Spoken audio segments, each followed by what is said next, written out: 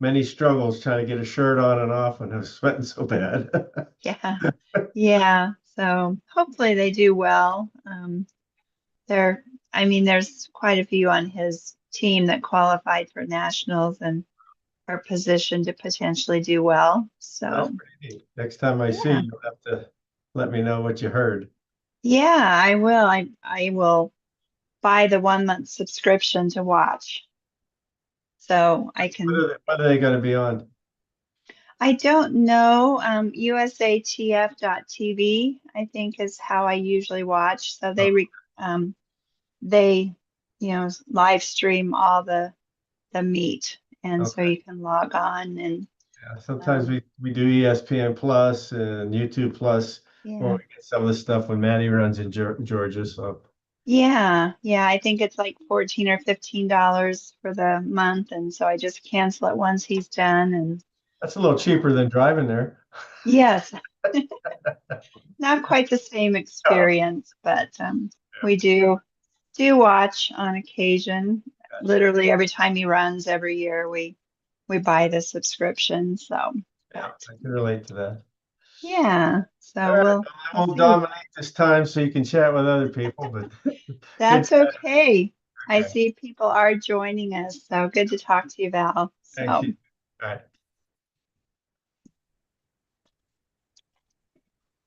Chad, I see you've joined us. So, okay.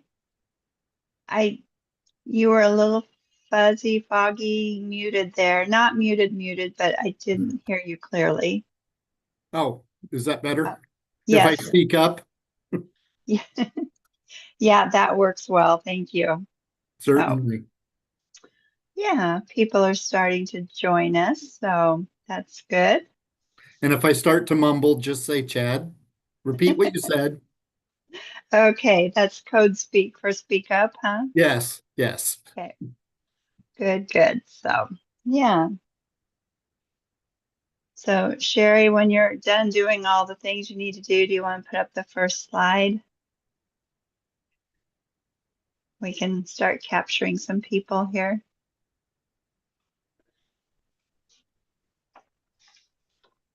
For those of you who are joining us, we will be starting promptly at 2 o'clock today. So thanks for being here and ready to go with us. So, and as you're waiting for that 2 o'clock time, just open your microphone if you would please and tell us who you are and where you're joining us from today, or you can use your chat box, but it's kind of fun to hear other voices besides mine. So,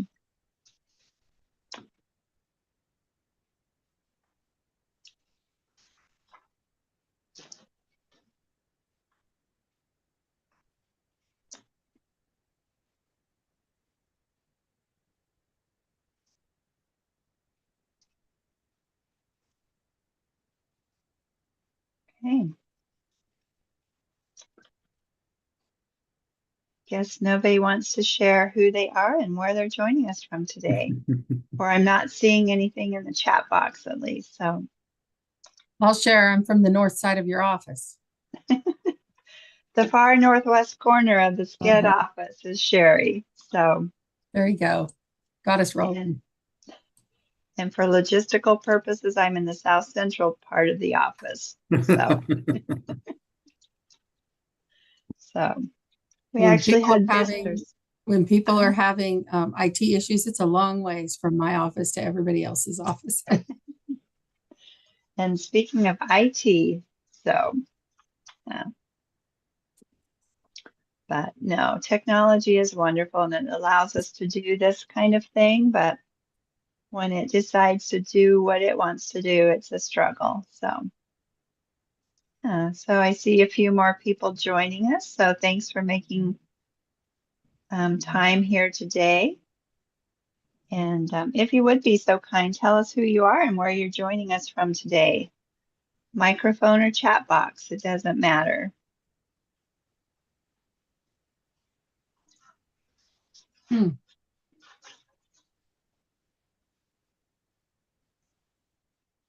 Yeah, Hey, Lori, how are you? I'm good. Who is that? I can't see. This is Trevor Lee Oh, from Car. Development Council. Hey, Chad, nice to see you. Hi, Trevor. Good to see you. Trevor, I knew the voice, but I couldn't place it, and without a picture, I was clueless. So thanks. Thanks for breaking the ice for us. And I see a couple have joined us. Carrie is joining us from Clarks and Teresa from the Greater Fremont Development Council. You may have to help me with pronunciation there. So, but thanks for being here. It's And Therese. No, Therese, okay. Thank you. Hi, you're very welcome. Thanks for being here. And I have Good lost my afternoon. chat box. Sharon with SCAD. Okay, and she's in the east part of the state for logistical purposes, so, or the office. The office. Sorry about that. We Paula, start off, go ahead. Paula from Grand Island. Thank you, Paula. I appreciate it. I see Amanda from Development Council of Buffalo County has shared her location and name, so, and I am having trouble with my chat box, so trying to acknowledge everybody. Emma from Ogallala. She's with West Central Development District. Thanks, Emma. So we're approaching 2 o'clock, but I want to give everybody a chance to join us before we get started. So Paula with Lincoln Midwest Housing Development Fund. How are you, Paula? I'm good. How are you, Lori? Good, good. Long time no see. Yeah, it's been a busy summer. It has been. Wasn't that just yesterday when I saw you at NIPA, maybe? I don't know. But Oh my gosh, yeah, that was April, yeah. right? Yeah. Yeah. So, okay, I can see more are starting to join us. So thank you to all of you. Just take the remaining seconds here and tell us where you're joining us from and your name in the chat box if you would like. And we will get started here in about a minute. So I'm looking forward to today's presentation.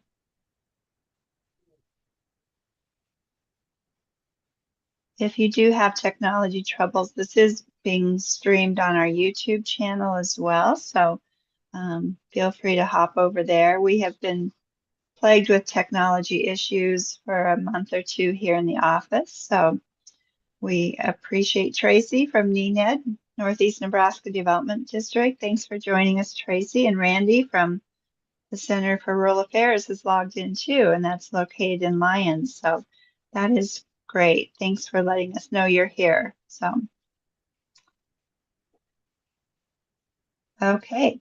How about we get started today as people continue to join us? We had great registration numbers once again, and I'm thankful for all of you who've carved a piece of time out of your day to join us and listen to our guest presenter. My name is Lori Ferguson. For those of you who are joining us for the first time today, I am a community consultant with the South Central Economic Development District. We office in Holdridge and cover a 13-county region in central and south central Nebraska. We are one of 8 development districts here in Nebraska. And if you don't know, you are located in one of those 8 development districts. So let us know if you want to know more about your own respective development districts. So we here at SCAD also serve as the lead agent for this HomeNE Learning Network, which is designed for all people from across the state to come together at least once a month and talk about housing opportunities, housing challenges, and just become familiar with what's going on in the state. So you can see on your screen there, the purpose of HomeNE is to just really bring activity into your life by fostering interaction, engagement, and skill building, as well as to empower and encourage you. So perhaps you're here today and our guest speaker is from Grand Island, and I'll tell you more about him in just a moment. You think, what can my small community of 400 people do that Grand Island is doing? And maybe everything Chad shares may be not applicable to your community, but you can still find a nugget or two and make it your own and build that into your community housing story. And we would love to hear that in the future as you begin to do that. So one more exercise for you before we begin. We want to know what it is that interests you about today's topic, as well as what do you hope to know about today's webinar at the end of it. So pop those questions, answers, comments into your chat box as well. We'll be monitoring those because Chad has reserved some time for Q&A, and that's when we learn best, when we learn together. So we want to know what interests you about today's topic, and then what do you hope to know at the conclusion of the webinar. So thanks for doing that in advance. We will be rolling here very shortly, but many of you do know our guest presenter today, Chad Nabity. I am so excited to have Chad here because no matter what the situation is that I present him with, he is a great resource. He's very kind and congenial when I ask really stupid questions. He is just always willing to assist me and as well as others in gaining an understanding of the issues that I've been presented with. So his expertise has proven to be valuable, and I am so glad, as I mentioned previously, to have him with us today. So welcome to you, Chad. How are you? I am doing great, Lori. Thank you. Good, good. So thank you for saying yes when I called you one day last month, and you didn't have to think about it. You just said, yes, I'll do it. And so here we are today. So please start us off, if you would, by telling us a little bit about yourself. You are familiar to many, but there are new people joining us today. Well, I'm Chad Navity. I'm the Community Development Director for the City of Grand Island. That also means I'm the Planning Director for Hall County and for Wood River, Alda, Doniphan, and Caro. So I work not only with the fourth largest city in the state of Nebraska, but with some of the smaller villages well, not the smallest villages, obviously, but some of the smaller communities within the state as well. I am the former chair of the Small Town and Rural Planning Division of the American Planning Association.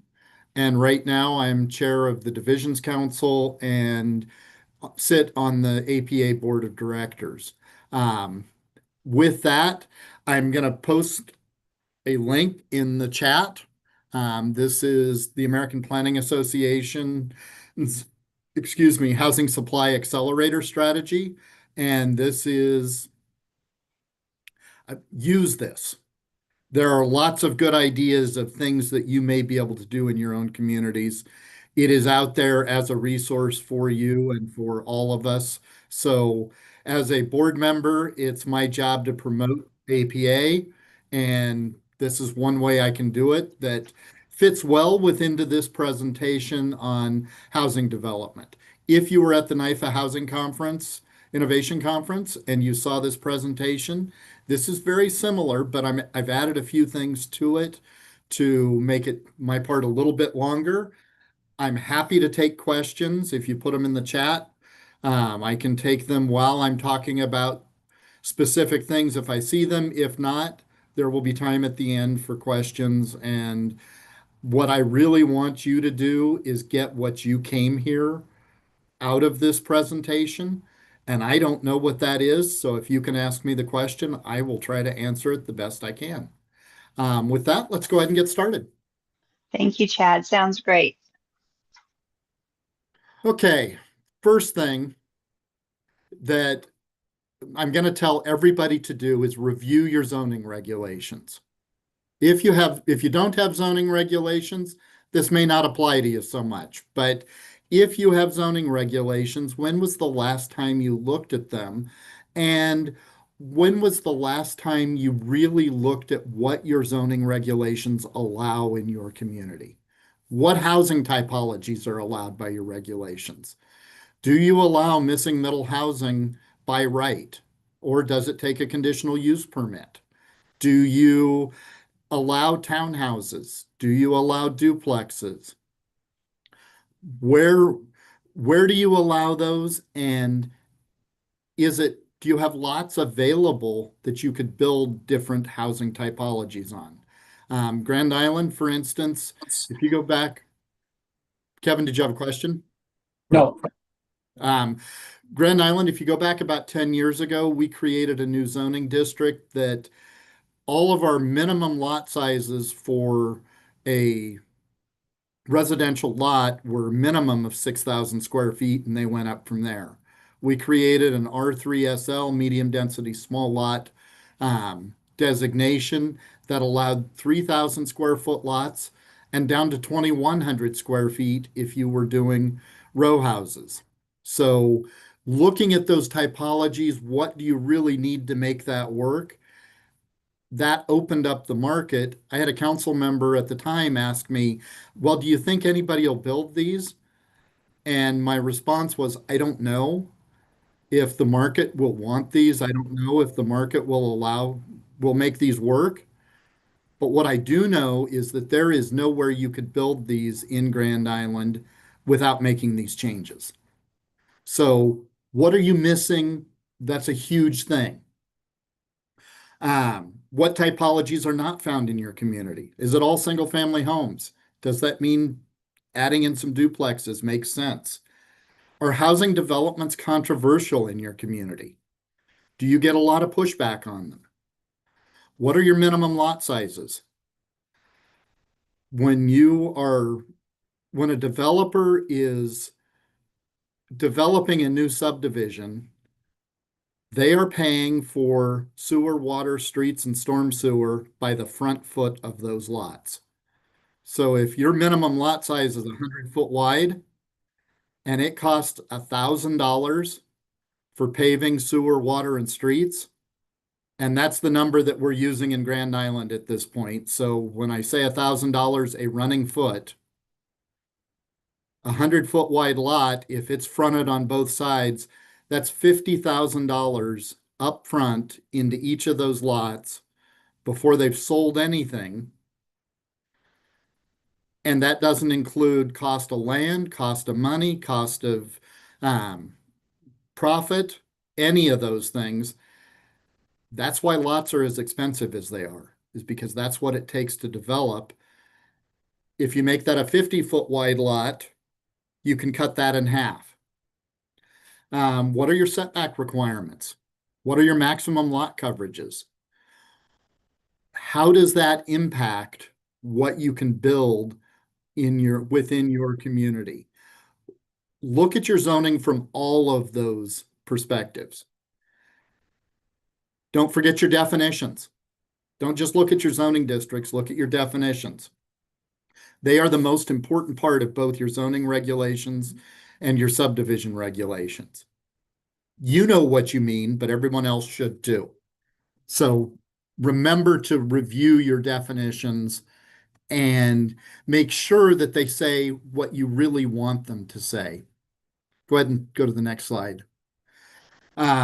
We did some recent changes to the Grand Island zoning regulations, and these were approved at the end of June, so they are effective as of now. We changed the definition of principal building.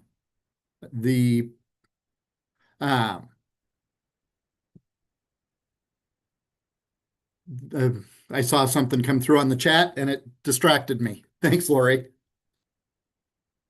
You're good. Sorry about that. That's okay. We changed the definition of principal building. We did this because we were struggling with how do we allow more than one house on a residential lot. Our zoning all said you get one principal building. We've struggled with this for a number of years. We defined the principal building as where the main utility connection came in. That used to be correct with electric, but over the course of the last 30 years, we've gone to the point where you can have your electric service come in and your main service on a pedestal out in front of the building, on a pole out in front of the building, maybe on a garage that's closer to the alley where the power line is, and then you serve your house off of that garage. So we weren't actually doing what our code said we were supposed to do.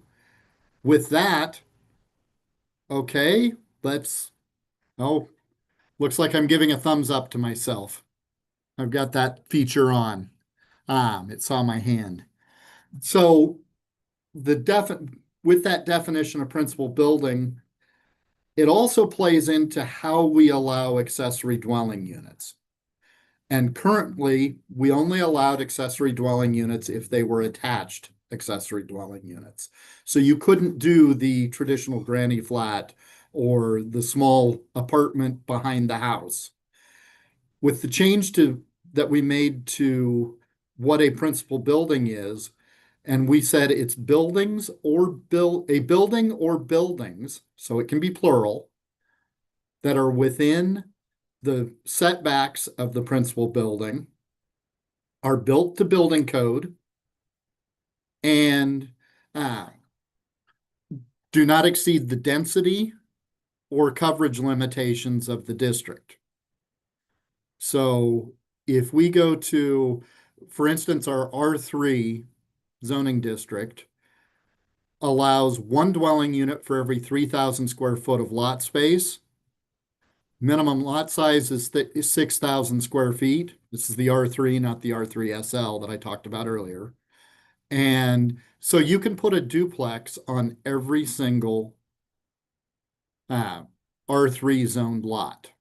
You meet the density, you meet the setbacks. We can now add instead of just a duplex, we could do a single family home and an ADU. That ADU would have to be built to building code standard. It would have to have a frost footing foundation. So there are some things that you still have to do, but under the current regs that would be allowed. This also allows cottage type developments. So if you had a 12,000 square foot lot in that R3 zone and you wanted to do 4 small cottages on it, you could do that.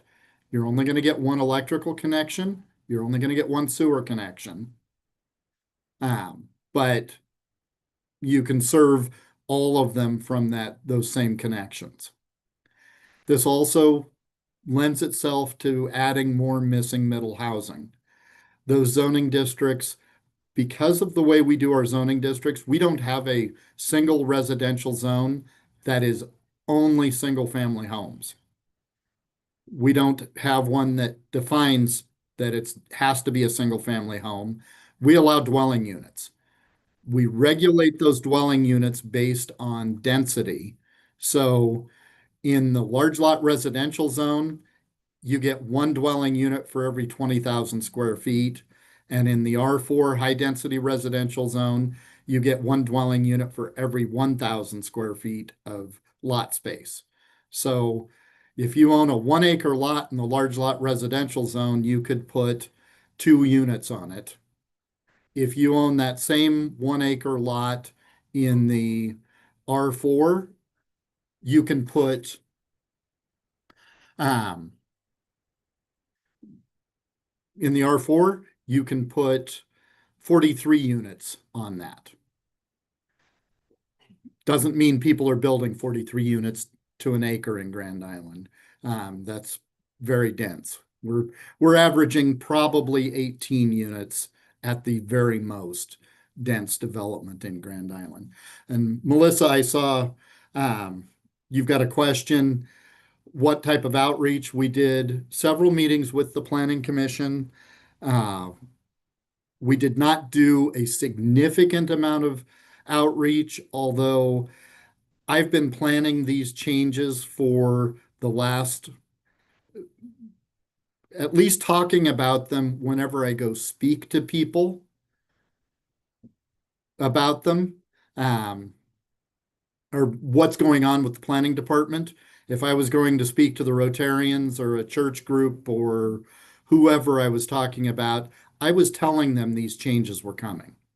So the public was aware, and when we got to Planning Commission and Council, there was no comment. I'm anticipating that as we start to see some development that can occur because of this, we will get some pushback, but hopefully we can get enough of them in that people can see, well, that could work. This is not really a bad thing. hopefully that answered your question, Melissa. So we also amended the density limitations in our large lot residential zone. Like I said, our large lot residential zone, you can have one dwelling unit for every 20,000 square feet. We specifically changed that to the same as our R1 suburban density residential if you have city sewer and water available and are hooking up. So we went from 20,000 square feet to 9,000 square feet, which means on every one of those older large lots, we could put an ADU. Do I anticipate everybody will want to do that? No. But what we did was open it up so that it could happen. One of the pushbacks that we did get and have had on ADUs in particular is what happens when somebody wants to sell them off separately. Grand Island had a tradition that goes back to the early 1950s when the ammunition plant was operating. And I believe in 1952, there was a newspaper article that said Grand Island needed 3,500 housing units immediately because the ammunition plant had opened or reopened, and we needed more and more housing units. And people were building houses on the back of their lots, especially corner lots. If the house was set up to the front, they would build on the back.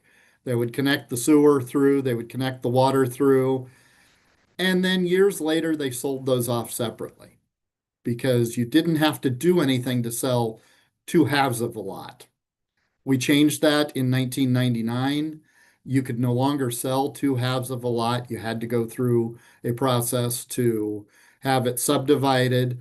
So I don't think we're going to end up with those same issues, because we did end up with issues when I own the north half of the lot and Lori owns the south half. And the south half is right up against the alley, and the sewer line breaks between Lori's house and my house and the alley. And my sewer line is connected into hers. And I just keep flushing and her basement is filling up. That's a very unpleasant situation, and we don't want to repeat that. If I owned both of them, it's still my problem.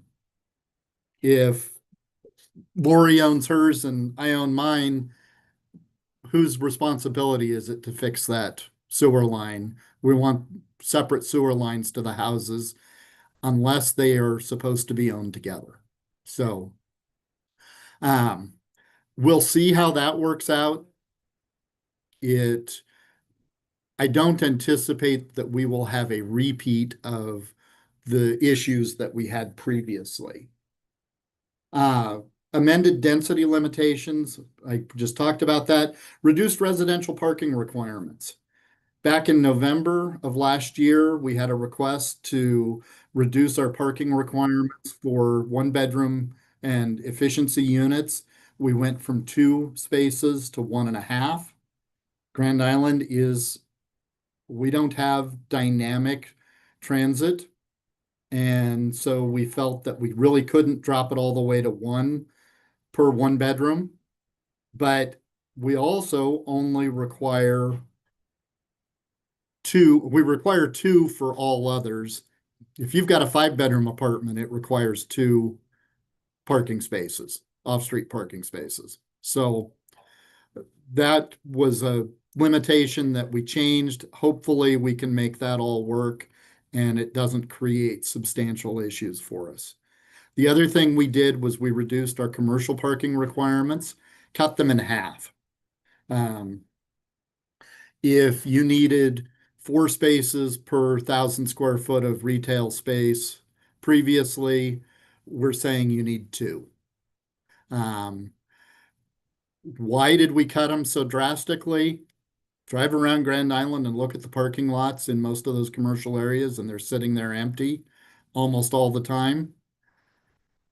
We didn't say you can't put in more parking if you need it. And if you drive by Texas Roadhouse on any weeknight, they need more parking. but almost every other restaurant has plenty. So they can have more if they want it. We're just not going to tell them they have to do it. What's worth more? Another in property taxes, another building, or 10 more parking spaces? I'll take the other building and increase that density a little bit. Go ahead and make changes. If you're using the manufactured home definition per state statute as your definition of a single family home, you may be putting a minimum size on all the single family homes in your jurisdiction, because that's 800 square feet. And if that's how you're defining a single family home, maybe you don't want to do that. If someone's stick building, do you care if they build a 400 square foot? Or building code would let you go down to about 165 square feet, I think, to accommodate kitchen, bathroom, bedroom in an efficiency. Do you want to regulate that? And if you do, how do you balance that with creating affordable housing? Not everybody wants to, most people probably do not want to live in a 165 square foot or 250 square foot house. But how many of us lived in a 200 square foot dorm room sharing it with a roommate? Depending on where you're at in your life, that may be exactly the right choice for you. And if it's the right choice for someone at one point in their life, it will be the right choice for somebody else at that point in their life. So don't be afraid to make changes. Don't be afraid to look at those things and make the determination that we really should make some changes. Review your street and utility standards. These are the things that cost money for developers. Street widths, water pipe materials, water pipe materials, stormwater runoff and drainage requirements. Don't skimp on those. We had a 7-inch rain 2 weeks ago and had our stormwater system is not built for a 7-inch rain in about a 8-hour time frame. There was flooding in Grand Island. Our chief building official is out with the emergency management director today, touring places with small business administration to look at what the flood damage was. Wastewater pipe material, electrical infrastructure. What do you require? All of those things add cost to the development. Grand Island, many of you have driven through Grand Island. Our typical residential street is 37 foot with parking on both sides. That's a wide street. Lincoln and Omaha are 26 foot with parking on both sides. Our fire marshal, in reviewing the fire code, said we could go down to 34 foot back of curb to back of curb with parking on both sides. And that leaves a 20-foot wide lane, which is what is necessary for fire trucks to pass each other.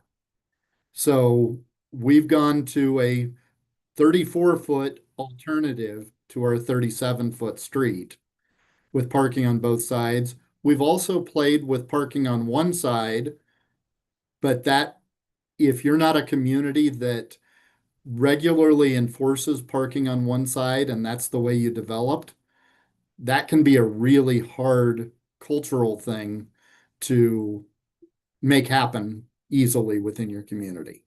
You can make the change, but it's going to take ticketing and towing and getting people upset. So look at those things because that will impact your ability to develop housing. Let's go to the next one. There are some tools that are available. Microblight, MicroTIF are ways that you can do a very small area or a single project. And microblight is a designation of a small area. Typically, most people think that you need several blocks to declare it blighted and substandard. We've done as little as half a block where there were older houses there and somebody wanted to do a project. That preserves our 35% that we can declare blighted and substandard by not declaring a large area where maybe somebody wants to do something and maybe they don't.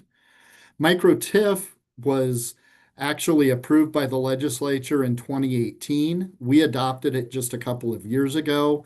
They've made some changes to the legislation since it was originally adopted that make it a little bit more workable. If your council approves the use of micro TIF, it is an expedited TIF application that council, if it meets the requirements, 60 years old or older, has been in the city limits for 60 years, it has declared blighted and substandard, is meeting the limitations on what you can spend.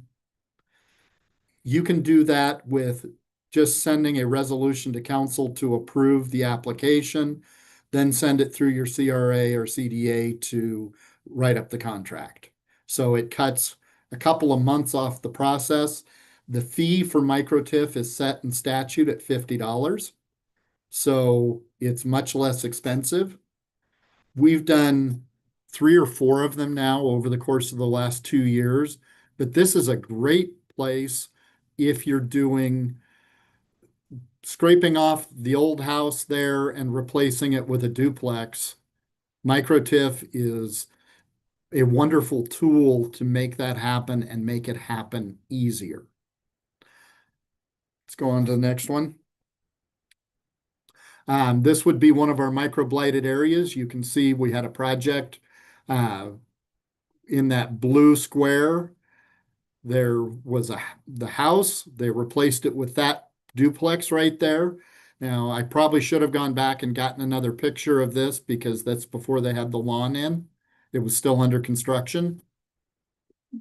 So they had some tall weeds there, but now it's a nice, well-kept, manicured lawn that replaced the older, smaller house that was there. So we've been doing this for we did our first micro blight. This was our first micro blight, and our first TIF project of a single family to a duplex would have been about 4 years prior to that. Basically, it allowed them to buy the property, tear it down, and over the course of the 15 years, get their investment back. So the developer got a free lot out of it. What did we get? We took one substandard dwelling unit and turned it into 2 brand new dwelling units in a neighborhood that probably hadn't seen any development in the last 80 years.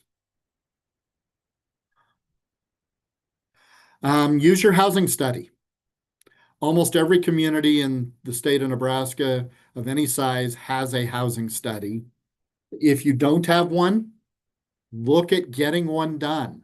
NIFA has a great program to help pay for housing studies. No, Sharon? No, they aren't doing that anymore. They've Oh, no. started the C4H program, which is a little bit different, and that application is out right now. So you might want to check it out. Communities for Housing, where they're going to provide some technical assistance.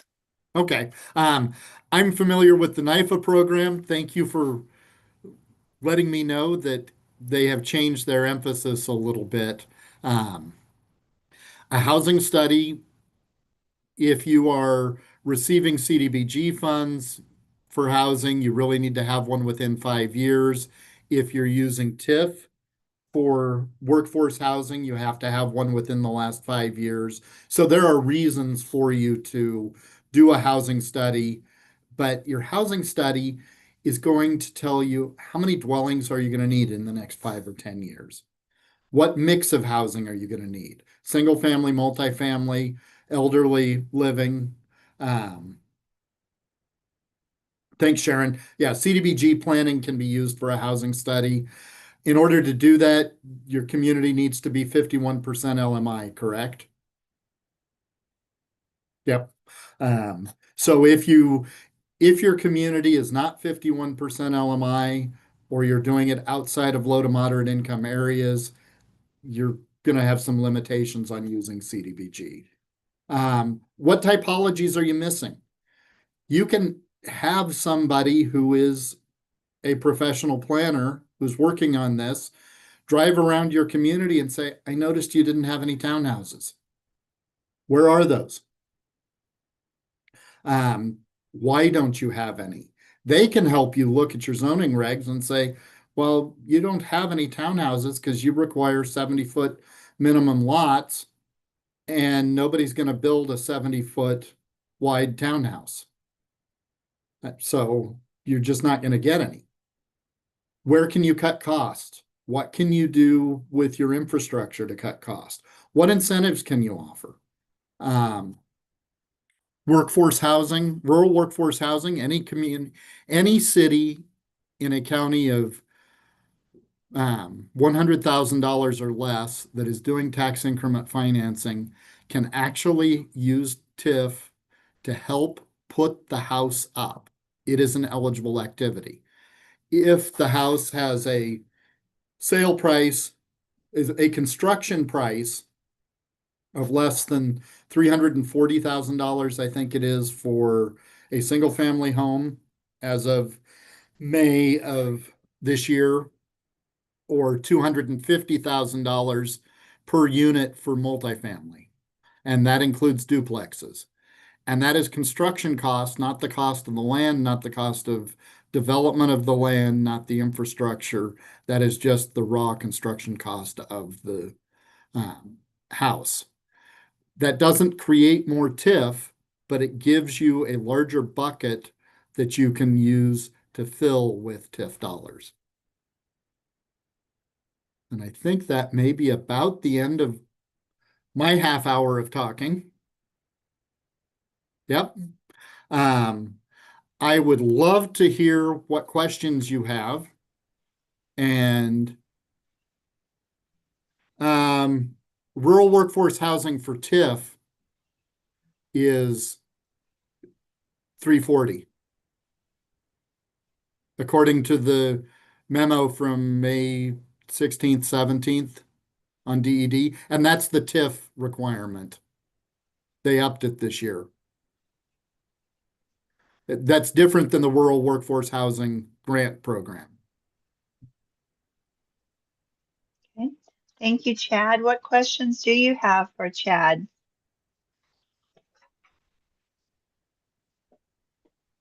I think one thing that came to mind as people are pondering here, Chad, for me is what argument would you make in a smaller community to convince a city council or an organization that these changes need to be considered and looked at? One of the key things that I would say is, do you want people to build housing? Do you want people to build housing in your community? How do you incentivize them to? And you need to think of ways that you can open that up so that the market can actually work. Because if you got rid of all of your zoning and requirements, you're not going to have control, but maybe you would get more investment. I'm not advocating that at all. But sometimes the pendulum swings too far in one direction, and you need to look at how do we bring it back a little bit. Paula asked the impact we expect from narrowing the streets by 4 feet. It was actually about 3 feet. You're not going to get a whole lot more in terms of number of units unless it's a really large subdivision, but it's reducing that cost. So we're at $1,000 a running foot instead of $1,100 a running foot. And that's where it's making that difference. And whether it makes a huge difference or not, it is a way that we were able to accommodate some of the concerns of developers and show that we're willing to work with them. And that's huge. If they truly believe that you're doing the best you can to work with them, they will play within the rules as much as possible if they can make a profit.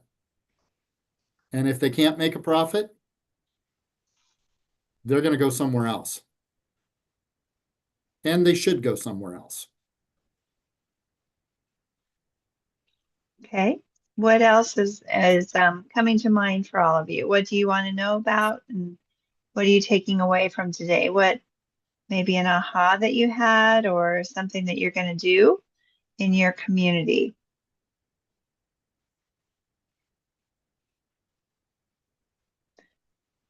Chad, maybe could you just talk about costs of a housing study? And I know the cost will vary from a community the size of Grand Island to maybe a Wood River or a Central City or even smaller, but what might somebody expect to be for a Grand housing Island- study? Our last housing study cost Grand Island $60,000.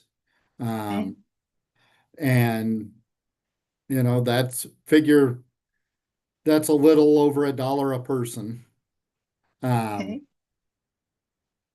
And so I think you could probably use that. Your minimum size for a small town, I would guess you're going to be in the 5 to 10,000, maybe 15,000 for a housing study. Okay. Regardless, we did not choose the lowest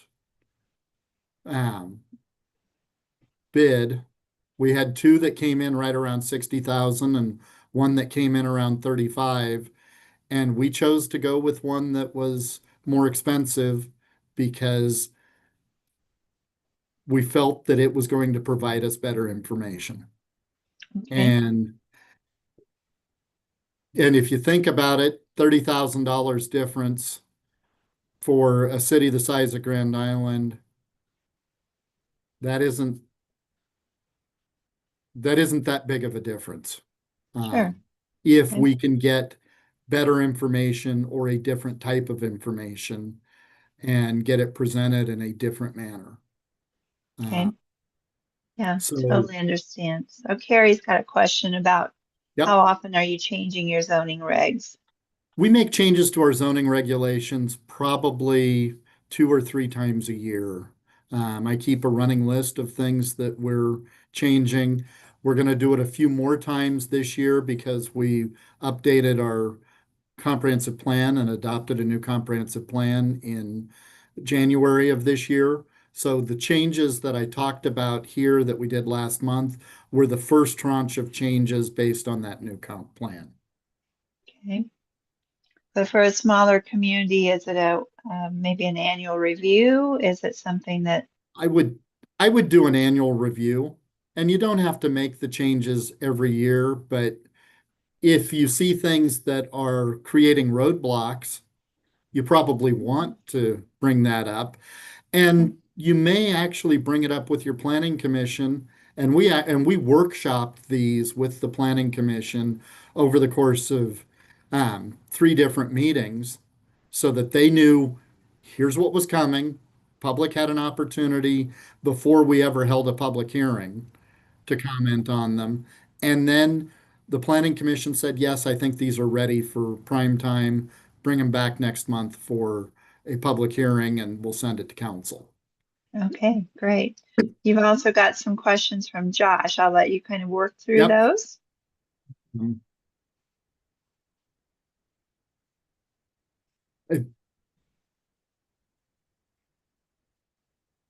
Yes, Josh, the zoning regulations for Wood River, Alda, Donovan, and Caro are all very similar. So all 4 of those communities, they follow a similar model to Grand Island, but they are not identical. And each of the communities has made specific changes that are important to them. For instance, in Alda, Wood River, and Donovan, you can't build a garage on a separate lot. You have to build over a property line or combine the lots through an administrative subdivision. Caro didn't want to do that.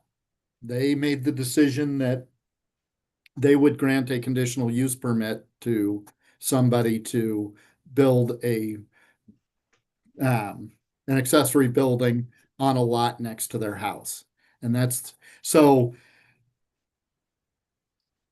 are they exactly the same? No, but they are very, very similar in terms of setbacks. And I think that there is a lot of good that can come from that. But it has to be something that those communities are willing to do together and make work for everybody. So, and in Cass with 15 municipalities, it might be hard to come up with a single unification, but you might be able to come up with 3 or 4 general typologies that would work across those communities. And maybe they're already similar enough, because the reality is that most of the zoning codes in Nebraska were written by 2 or 3 consultants or consulting firms. And they used a pretty standard package when they went into a community and then just tweaked it for that individual community. Okay. Does that help?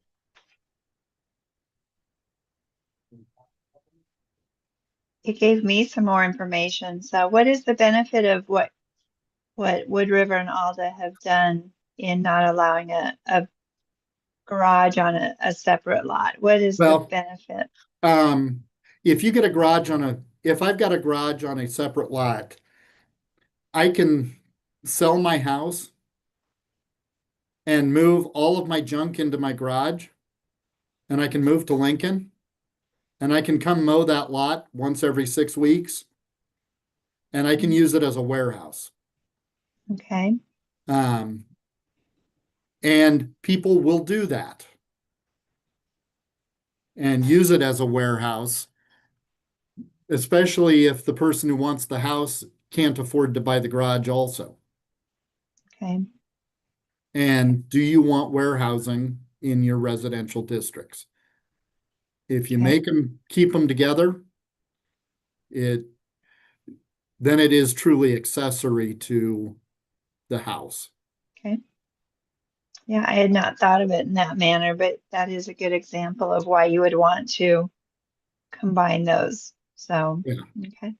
okay. That's the one I use most often when people say, well, why can't I do that?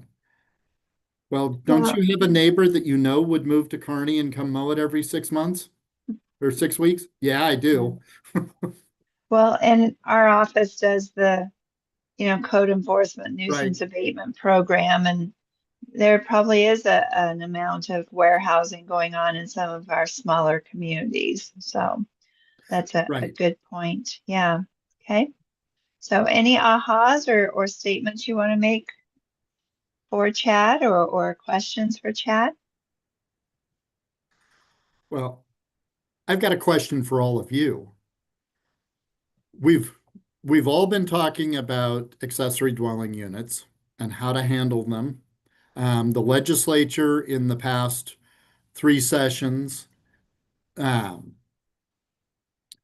says that uh, they have essentially tried to push us into, you will allow them and you will allow missing middle housing. What are you doing to allow these things? How are you accommodating it? We've made changes specifically so that next time this comes up with the legislature, we can say, look, we already did this in a way that works for us. And we're making accommodations. We hear what you're saying. Omaha is allowing ADUs, Lincoln's allowing ADUs. Melissa, I think Kearney is allowing them. Columbus is allowing them. Columbus is doing something really interesting. Oh, nope. You didn't get them done. You were talking about it. Yeah, we actually did quite an extensive outreach process over a year. And while we had support, we had some pretty vocal opponents. And so it really got down to we were sitting in public outreach sessions writing code, and that can have some pros and can have some cons. And so thank you for Yep. laughing, Chad, because you know exactly what I mean. I do. We imagine this is not a topic that will go away, and we understand from a planning perspective the value. It's just finding, as Chad said, the right size solution for how we want ADUs to be regulated, and just not a blanket regulation from the state. So we've been Yep. actively working at it for sure. And I think there's enough of us that have made changes that we may provide a little cover for Kearney. Or I hope so, while you try to figure out how to make it work within your jurisdiction. Carrie had made a comment that they put in their zoning regulations that you can put up a garage on a vacant lot, but it has to be offset to allow for a primary dwelling. And that makes sense as well. That's essentially what Caro did, but they required a conditional use permit so that they could keep things tied together, that you have to own both of these. You have to, unless you are putting up that other house so that it is still an accessory use. Because we had a lot of people that wanted to just purchase lots to Yep, put up a building to, say, store their campers and things like that in. yep, And then that is hurting us because then we aren't getting those water sewer services and things like that. yep. And so it's kind of put a halt to that. Right. It costs the city or village to, when those lots get used up for not their highest and best use. Carrie, quick question for you. Is there a time limit if they put a garage on it that they have to put that primary dwelling unit on it? Is that in your regulations? I'd have to look back. I don't remember if there is a timeline or not. Okay. I'm thinking of a few instances where that just, they do put it towards the back of the lot and then the primary dwelling unit never comes about. So I was just curious what you were doing there. So, Yeah, we did that with a development in Grand Island in the early 90s that preliminary plat showed the road going all the way around this little lake, and we let them put in a 3/4 mile cul-de-sac because the road was going to continue, right? Well, this would have been in 1991. It's 2025, and the road is still not continued all the way around. So we've got a 3/4 long mile cul-de-sac. We went back and in the mid 90s put in our regs that you can't have a cul-de-sac ideally longer than 500 feet. So in order for them to develop around that lake, they'd have had to go around one side, around the other side, and then filled in the middle. okay. Great conversation. Chad posed a question. Does anybody have anything else to share with him about accessory dwelling units?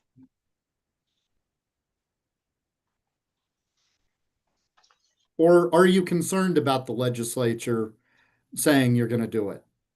The advantage to them telling us what we have to do is we can tell the citizens, not our, sorry, we were told we have to do this.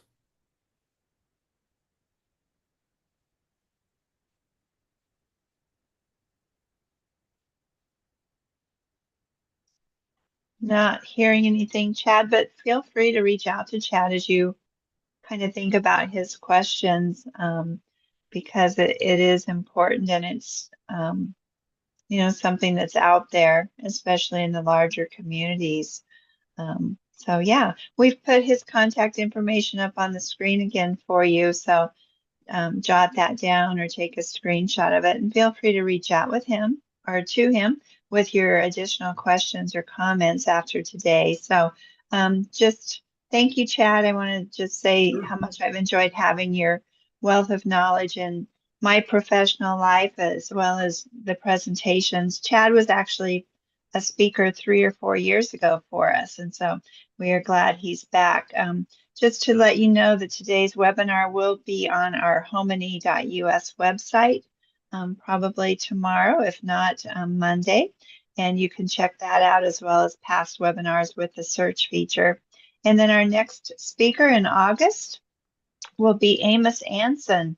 He has several businesses that he is overseeing, and he has great passion for taking nothing and making something amazing out of it. So whether it's a raw piece of ground or a 100-year-old building, he likes to find creative solutions to overcoming obstacles. And I know he's worked with Chad on some things there in Grand Island, and he does a variety of things. Upper story development is probably what I'm most familiar with Amos about. And so please join us on August 21st for his presentation. So once again, Chad, thank you so much. I greatly appreciate it. And do you have anything else you want to add before we conclude? I just want to throw in a comment on Amos. He is, Amos pushes me. He pushes the realms of possibility, but he does it in a very professional manner. And he asks the question, why? And you can't tell Amos because that's the way we've always done it. You have to say, because this is what I see as the issue with that. And while he may not always agree with me, he can at least agree that my reason is not terrible. And I'll go back and think about what he asked, and a lot of times we'll end up with a way to make it work. That R3SL zoning district that I told you about, that really started with Amos pushing on lot sizes. Okay, how can we do it? And that's where we ended up. Okay, so creative solutions to overcoming the obstacles of current zoning and different things. So super. Well, thank you, Chad. I appreciate all you've done for us, and hopefully you can join us again sometime in the future. And with that, You too. everybody have a great rest of your day, You and too. we appreciate all of you joining us. So thank you Thank you. again.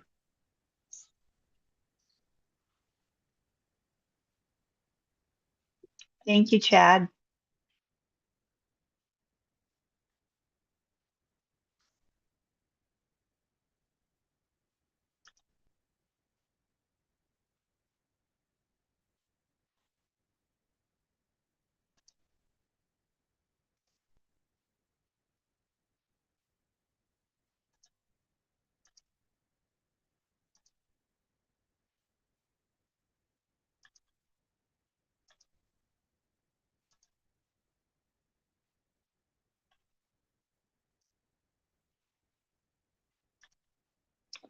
Okay. You're on mute, Sherry.